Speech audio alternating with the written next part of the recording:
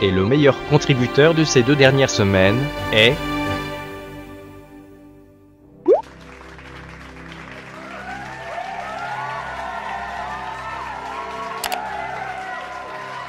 Alors oui, je sais ce que vous allez dire. Il y a des gens qui me font une liste entière de ce qu'ils veulent voir sur la chaîne. Le film Bleach, la saison 2 de Tokyo Ghoul, la suite de Game of Thrones, la VF de Dragon Cry. Tout sauf Harry Potter quoi. Et pourquoi tu le fais alors? Bah... je sais pas. Ouais, me dis pas que c'est pour surfer sur la vague parce qu'en ce moment il y a les animaux fantastiques au cinéma.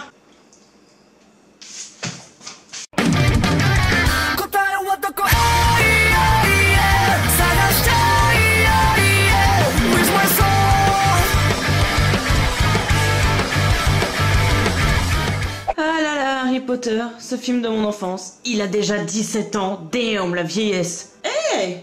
Qui n'a jamais entendu parler de Harry Potter, ce film incontournable issu des livres de J.K. Rowling, où l'on a tous déjà rêvé une fois dans notre vie de recevoir une lettre pour Poudlard et pouvoir passer des années scolaires à lancer des sorts et soulever des meufs à coups de Wingardium Leviosa. Harry Potter compte donc 7 films. En fait 8 parce que le 7ème est coupé en 2 parties, et a fait naître des acteurs fantastiques et aujourd'hui très connus comme Daniel Radcliffe, Rupert Grint et Emma Watson. Ouais, pas trop Rupert Grint en fait, parce qu'à un moment il est tombé dans la drogue, Waouh, la grosse ambiance! C'est les murs de ma chambre tout tapissés de posters de Harry Potter que je regardais alors, un enfant qui démarre très mal dans la vie, puisqu'il devint orphelin après l'assassinat de ses parents et se retrouve adopté par une famille horrible qui lui créa une chambre sous leur escalier et qu'ils avaient transformé en putain d'esclaves. Bah quoi? Vos parents vous ont jamais mis sous l'escalier? Ah mais ouais, vous étiez peut-être trop pauvre pour avoir un étage. C'est ça. Enfin bref, vous l'auriez compris, Harry Potter est un incontournable.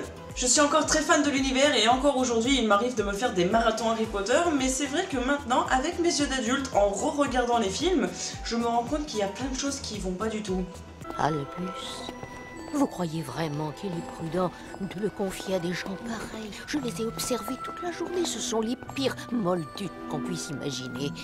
Je vous assure. C'est la seule famille qui lui reste. Jacqueline est la tante du petit Harry. Elle est au chômage, couche avec un mec différent tous les soirs, et sa passion est de noyer des petits chatons.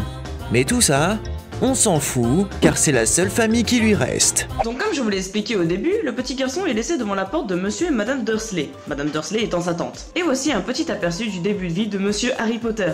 Réveille-toi, cousin! On va au zoo! Prépare-nous le petit déjeuner, tâche de ne rien laisser brûler surtout. Oui, tante Pétunia. Dépêche-toi. Apporte-moi mon café. Oui, oncle Vernon. Harry ignore qu'il est un sorcier. Il ignore même qui sont ses parents en fait. La famille Dursley lui a même fait croire que ses parents étaient morts dans un accident de voiture et que son papa était un chômeur. Mais de temps en temps, le petit Harry arrive à faire des choses qui sortent de l'ordinaire sans trop savoir comment ni pourquoi.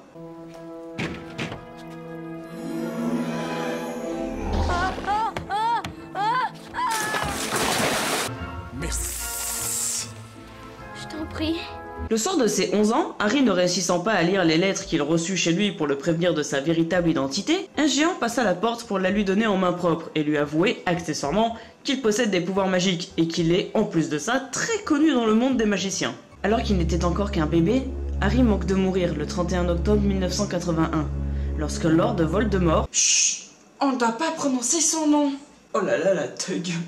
Lorsque celui dont on ne doit pas prononcer le nom, un puissant mage noir, lui jette le sortilège impardonnable de l'Avada Kedavra. En gros, tu prends ce sort, tu meurs. Voilà. Harry ne garde de cette attaque qu'une cicatrice en forme d'éclair sur le front. Le sort de Voldemort... du mage noir, se retourne contre lui-même, le réduisant à être sans corps, mais néanmoins capable d'utiliser son pouvoir de possession. C'est la puissance de l'amour de Lily Potter, se sacrifiant pour son fils, qui provoque ce miracle. Une forme de magie extrêmement puissante que Voldemort était incapable de prévoir et de comprendre. On a dit qu'on ne devait pas prononcer son nom. Ah, mais t'as peur de quoi? Le mec il a pas de nez, sans déconner. Les gens ne t'attaquent pas avec leur nez. On parie.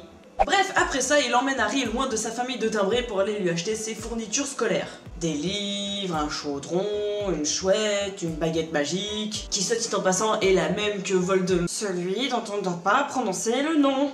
Bon, ça suffit maintenant. Silencio.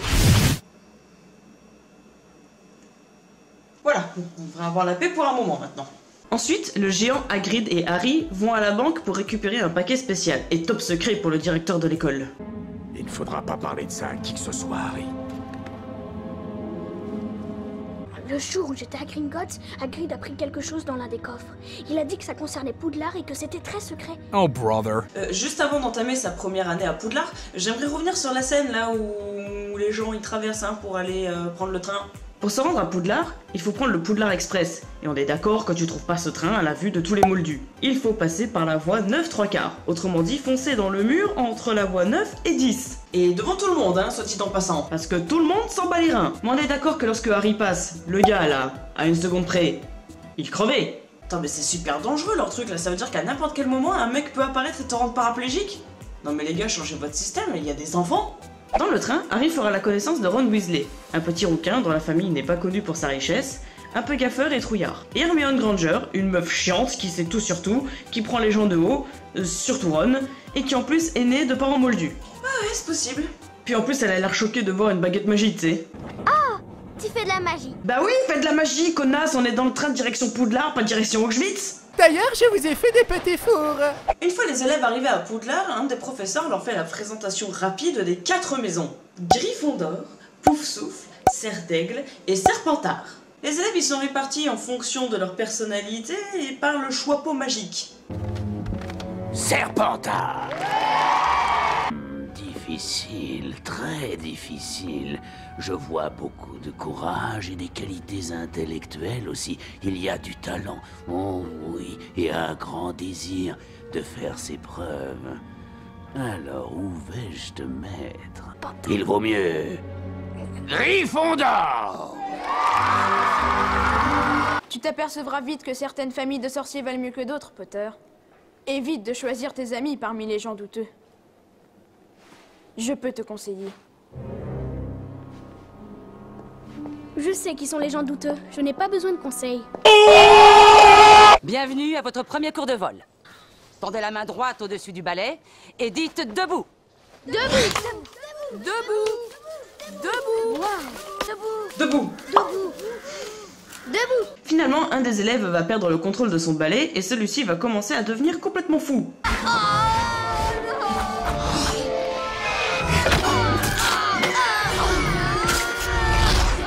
Monsieur Long. Waouh. Grosse prof en tout cas, elle préfère sauter pour sauver sa peau que de lancer un sort pour sauver l'élève. Et sans déconner, t'arrives pas à lancer un seul sort? Comment tu comptes te battre un jour si t'arrives même pas à lancer un sort contre un balai? La magie c'est de la merde. Tout le monde reste sagement sur la terre ferme pendant que j'emmène Monsieur Londubat à l'infirmerie. Compris? Si je vois un seul balai dans les airs, celui qui sera dessus sera renvoyé de Poudlard avant d'avoir eu le temps de dire Quidditch. Pour ceux qui ne le savent pas, les escaliers à Poudlard bougent tout seuls. C'est-à-dire que dans le plus grand des calmes et à n'importe quel moment, il peut décider de t'envoyer dans les toilettes des filles. Et là, il décide d'envoyer Harry, Hermione et Ron au 3e étage. Un endroit où tu n'as absolument pas le droit d'aller.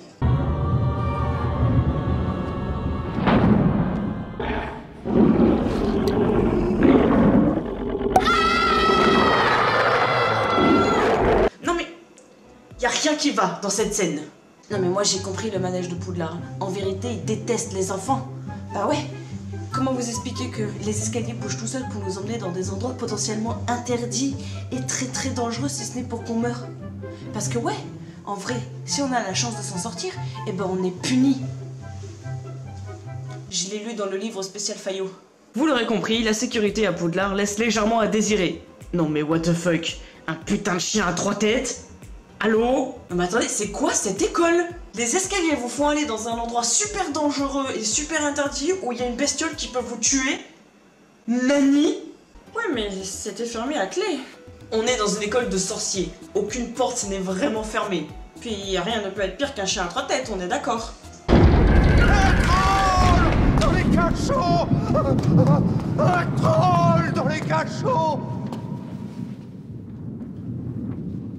Je voulais vous prévenir. Ah!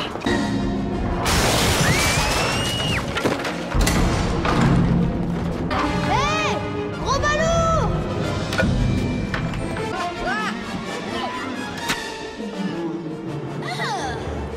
Wingardium Leviosa!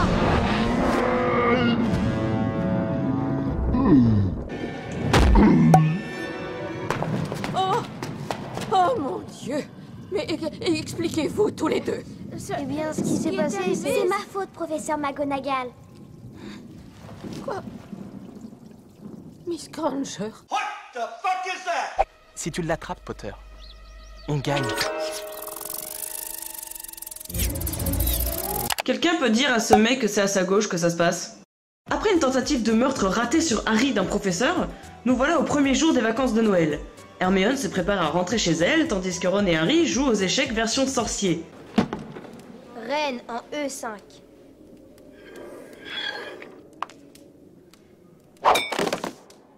Le soir, en ouvrant leur cadeau de Noël, Harry reçoit, dont ne sait pas qui, une cape d'invisibilité. Je suis cachée! Écoutez-moi bien, tous les trois. Vous vous mêlez de choses qui ne vous regardent absolument pas. C'est dangereux. Ce que garde ce chien, c'est une affaire entre le professeur Dumbledore et Nicolas Flamel. Nicolas Flamel? J'en ai trop dit. En faisant des recherches à la bibliothèque à la rentrée, Hermione découvre que ce Nicolas Flamel n'est autre que le créateur de la pierre philosophale. Grand frère, viens jouer avec moi. Ils font donc le rapprochement entre le chien à trois têtes et la pierre philosophale. Si ce chien est là, c'est qu'il doit garder quelque chose. Donc, le ministère de la magie a donné un objet très puissant et très convoité par des gros méchants qui vont venir le chercher dans une école remplie d'enfants. Tant que Dumbledore sera là, Harry, tu ne risqueras rien. On veut voir le professeur Dumbledore immédiatement. Oui, mais le professeur Dumbledore n'est pas là. Et forcément arriva ce qui devait arriver. Ils comprennent tout le poteau rose. Que la pierre philosophale est bien gardée par le chien, comment réussir à le passer, que quelqu'un d'autre a réussi à passer d'ailleurs, et du coup ils décident d'y aller pour le stopper. À quel moment ça les regarde en fait? Puis en plus il y a un truc qui m'a vraiment fait délirer dans les scènes qui suivent. C'est que les trois zigotos là, ils se retrouvent en face de pièges qui ont, comme de par hasard, un lien avec les cours ou les activités qu'ils ont eues durant l'année. Le cours d'herbologie avec le filet du diable, où Hermione peut montrer ses connaissances, les clés à attraper avec un balai et oh, Harry fait partie de l'équipe de Quidditch en tant qu'attrapeur, quelle aubaine! Et le jeu d'échecs géant où Ron peut enfin se rendre utile.